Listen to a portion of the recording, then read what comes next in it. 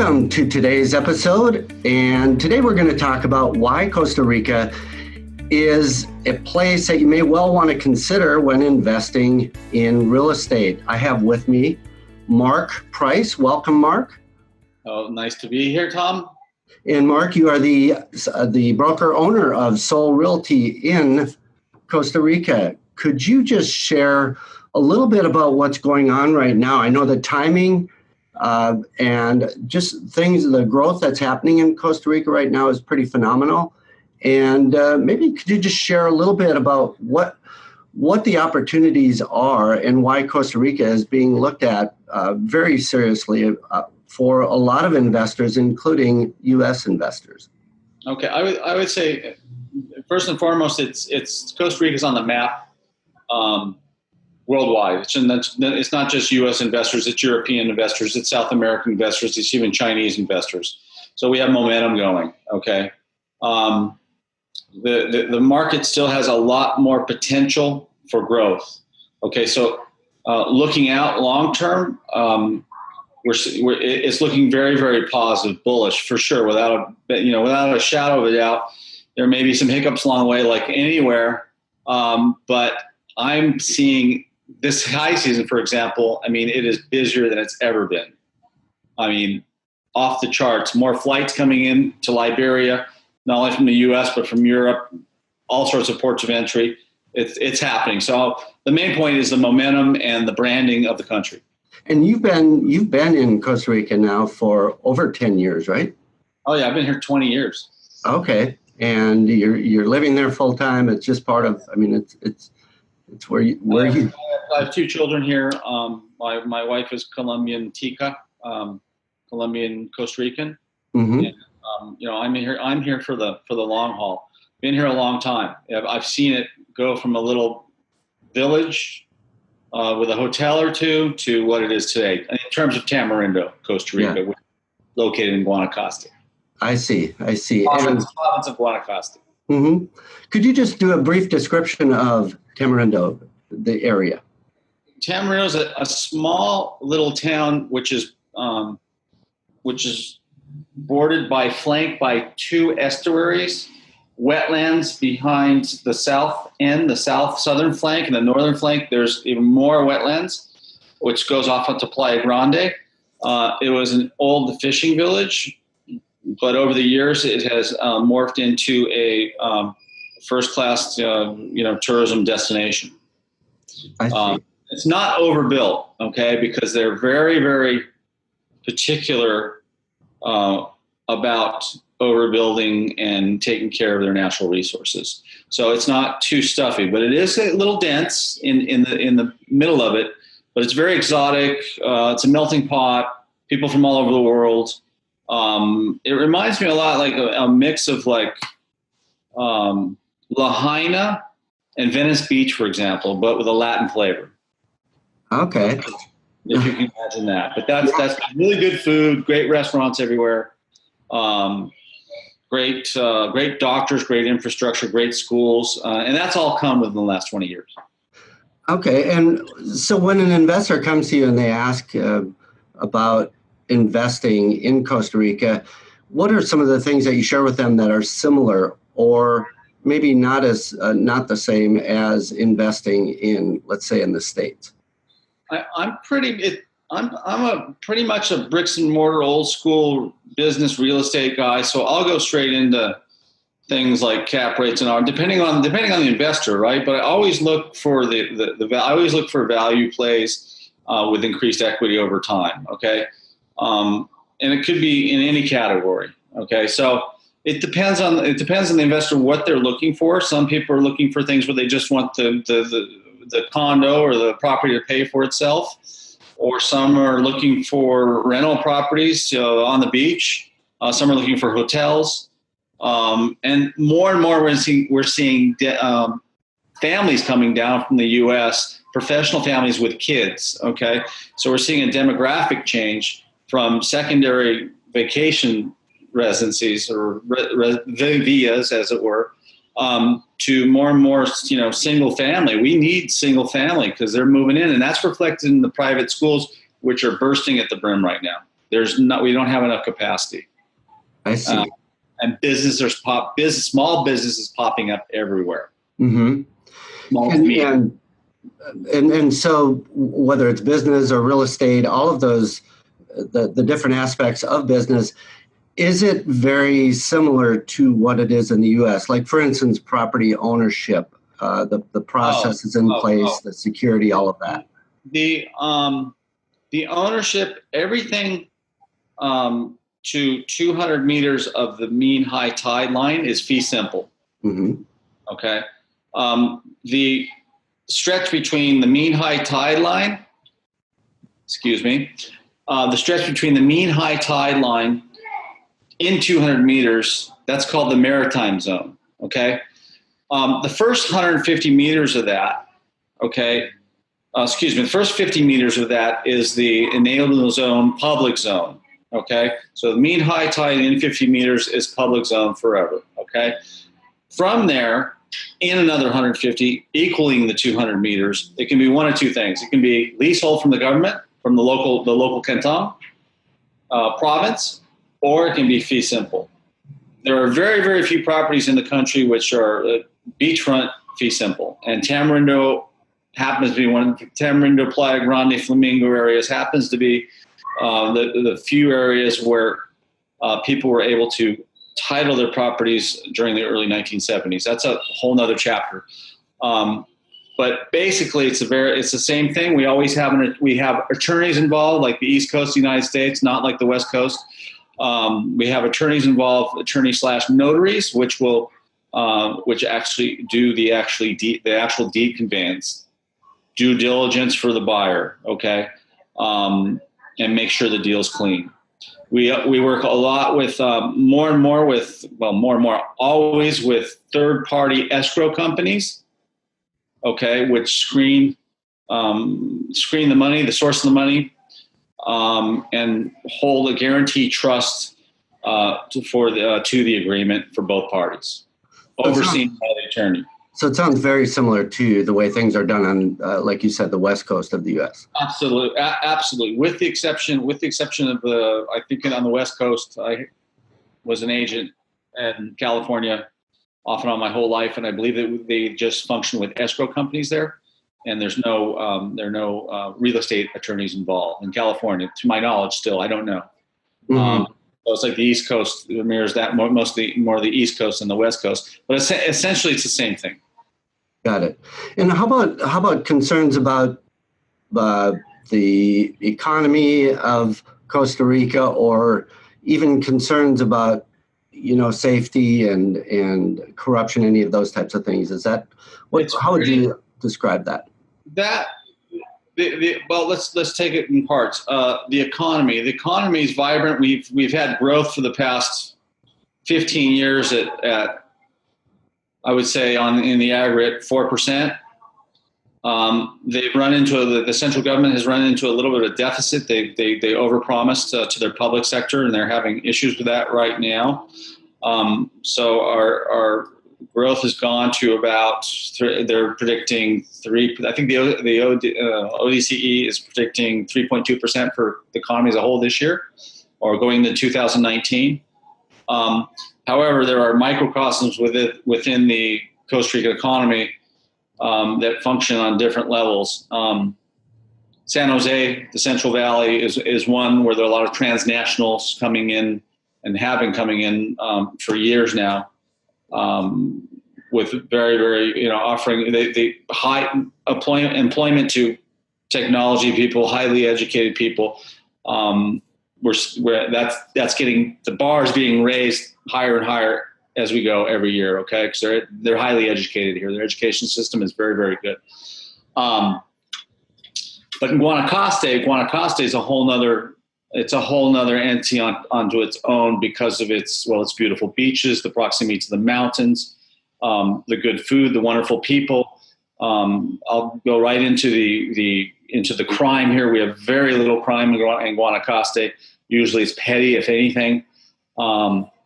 So it's really we have a really good quality of life here. And that's why I think we're seeing a demographic change where people are getting tired of the U.S., particularly we're seeing more and more. I've seen it come in waves over the years. professional families coming down and moving down here permanently, okay, and setting up businesses because they want out. And we're talking professional people. Mm-hmm. We're not talking, average income people in the U.S. No, just to begin, the average tourist here has at least a 4-year degree in the United States or Europe, and the average income is $100,000 just for starts. That's just the average tourist that comes into this country. Costa Rica is not cheap, okay, because of that. Everything's relative. It's a relatively expensive country comparing it to the rest of Latin America. I see. Good. Thank you for that. And you are working with Arthur Zwern. Arthur is an investor that we are working with and helping him fund a project that he's working on. It's a condo resort development, and its focus is not only on the development itself, but on the preservation and supporting the leatherback turtle efforts to save the leatherback turtle. Yeah. So could you describe a bit about, you've known Arthur for a while, and maybe just share a bit about the project? Arthur and I have been working together for probably 4 or 5 years now. He came as a tourist 5 years ago or so and was browsing through the window and saw something, saw a little hotel, which I actually said it had a 10 cap on it. And he looks at it, God, it's got a 10 cap. And I looked at him, I said, you know what that is? Most people, he goes, yeah, I know what it is. He goes, let's go look at it. I said, so that's how it happened. And in the end, we ended up finding a beachfront titled house here in Tamarindo, just a gem, AAA grade, real property anywhere in the world. So that's what he ended up doing. And then, in so doing, we started looking at other opportunities, and this one in Playa Grande came up, and the price was really, really good. And albeit a lot of work. Mm-hmm. My idea was what I proposed to Arthur was, if you can get this dirt at the price that we're talking about, and get all the entitlements in place, which are, Playa Grande's going off right now. That's a whole nother issue. It's a whole nother story chapter. The idea is they're not condos. It's within a legal structure called the condominium horizontal, okay, which allows you to have bylaws, okay, and not have neighbors do whatever they want, okay, in terms of improvements, okay. So a lot of people, when you say condos, we're talking more, not so much about a vertical condo, which are condominiums.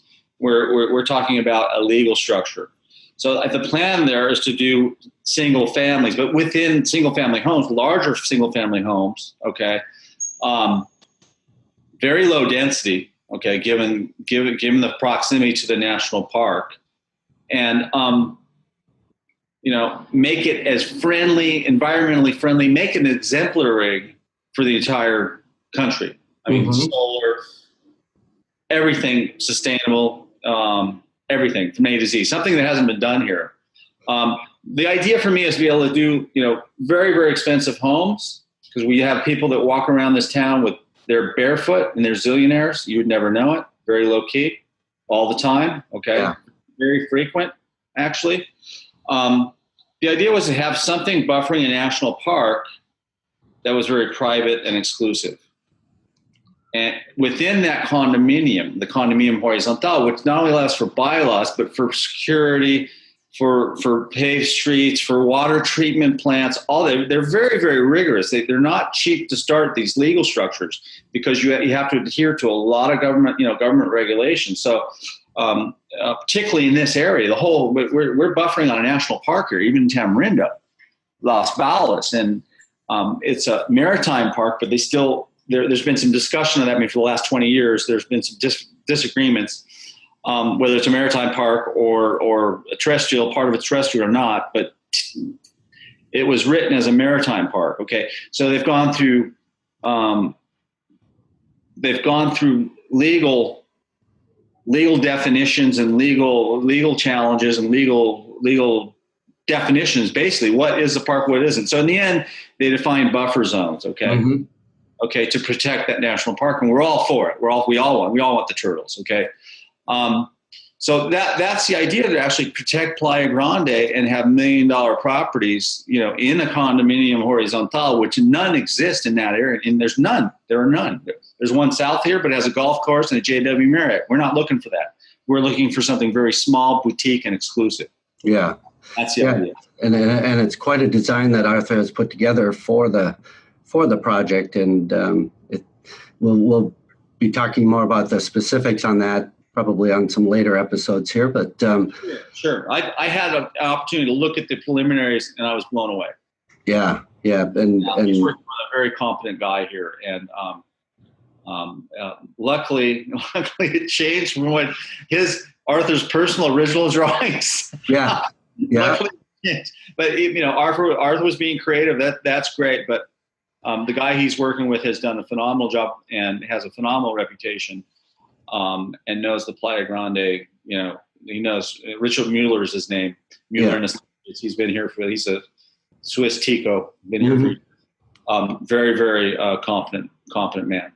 Yeah, and that in combination with Arthur's passion for doing what's right, for saving the leatherbacks, for environmentally conscious investing. That's absolutely, and that's another. I'll go back to one of there's so many reasons why people should invest here, but the blueprint, the ecological blueprint, business model of Costa Rica, where it's going, is the president that was just elected he's very young, 39. We're already on sustainable. They don't burn oil here. Very, very little. Okay, and for electric generation. Okay, we're getting to the electric car. Okay, but that's coming. But we're on sustainable energy. 100%. Where do you have that in the world? Zero. They're going for a zero carbon print by 2022, I believe. Yeah.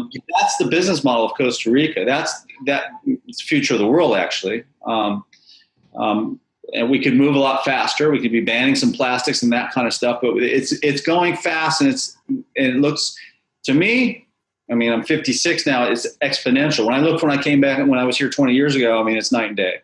The change. And so we're having an agreement between a coinciding. Excuse me, I'm thinking in Spanish. I speak French and Spanish every day, so sometimes I get lost a little bit.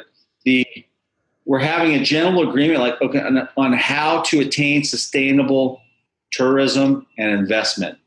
And that is the Costa Rican model. And it's going to go greener and greener and greener as we go. This is not, we only have so much land here. Okay. Yeah. Going back to the titles and fee simple and all that, I'm going to run backwards a little bit here. There's only, if 4 or 5% of the beachfront here in Costa Rica, which is fee simple. So that explains why we have vast stretches of coastline without anything on it. Yeah, it's beautiful. That does not happen. That doesn't happen in most places in the world. Maybe Australia, where there's just vast amounts of coastline anyways. California, to a certain extent, what they protected. But you go to places in the Mediterranean, for example, in Spain or the Riviera, it's just, back to back to back beachfront, as far as the eye can see. So we have that. So we have limited supply. Mm-hmm. Yeah, that in combination with, like you said, the timing, what's happening right now in Costa Rica, the growth that's happening, it certainly can offer a lot of advantages, including diversification in one's porportfolio. That's first and foremost. That's first and foremost. Going back to the diversification, there's always I always say my dad told me don't keep your eggs in one basket, and buy stocks of companies from whom you buy. Okay, so it's always good to have something. We don't know what's happening geopolitically in the United States long term. Most of my clients down here are coming down just for that reason. Okay. Well, not to mention the good weather, the beaches and the mountains and the microclimates everywhere. But to take a little bit off the table and invest in real estate And when I say a little bit off the table, that's relative to on one's budget. Okay, right. We see, like I said, a lot of barefoot zillionaires walking around here. Mm-hmm. Got it. So if someone would like to get more information from you, contact you, reach out to you, how could they get a hold of you? They can contact me. My email is mark@soulrealtycr.com. And we'll get that. We'll put that in the show notes too, in case somebody's driving while they're listening to this. So. Oh, absolutely. And the phone is from the United States. It's 011-506 is the area code, and my cell phone, that's the easiest one that you can get me on, is 8918-3592. Great. Well, thank you, Mark. This has been great. A lot of good information, and I'm sure we'll be connecting again on one of the next episodes as we watch this project move forward, progress to completion. There's a lot more. It's my pleasure. I wanted to add that there's a lot more really valuable information that we didn't touch upon today, but I'll be glad to do so in the future.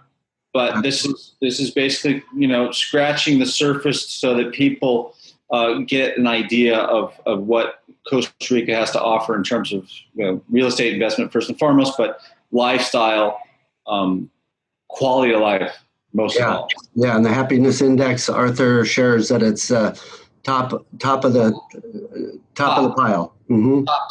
Top. Yeah. Also, another point is which I don't think we've touched upon in this point, but the 75 million future baby boomers retiring. Okay, the proximity, being that Costa Rica is on the map, not only but Costa Rica in general, right? But in particular our area, we're on the map, so they're coming. Absolutely, yeah. No, we're excited about the project, definitely, and about Costa Rica. It's a great place. So love to see you come, and anybody can be in touch with me at their leisure. I will be available. All right. Great. Well, thank you very much, Mark, and appreciate you joining us. Thank you, Tom. My pleasure. Thank you. Have a nice day.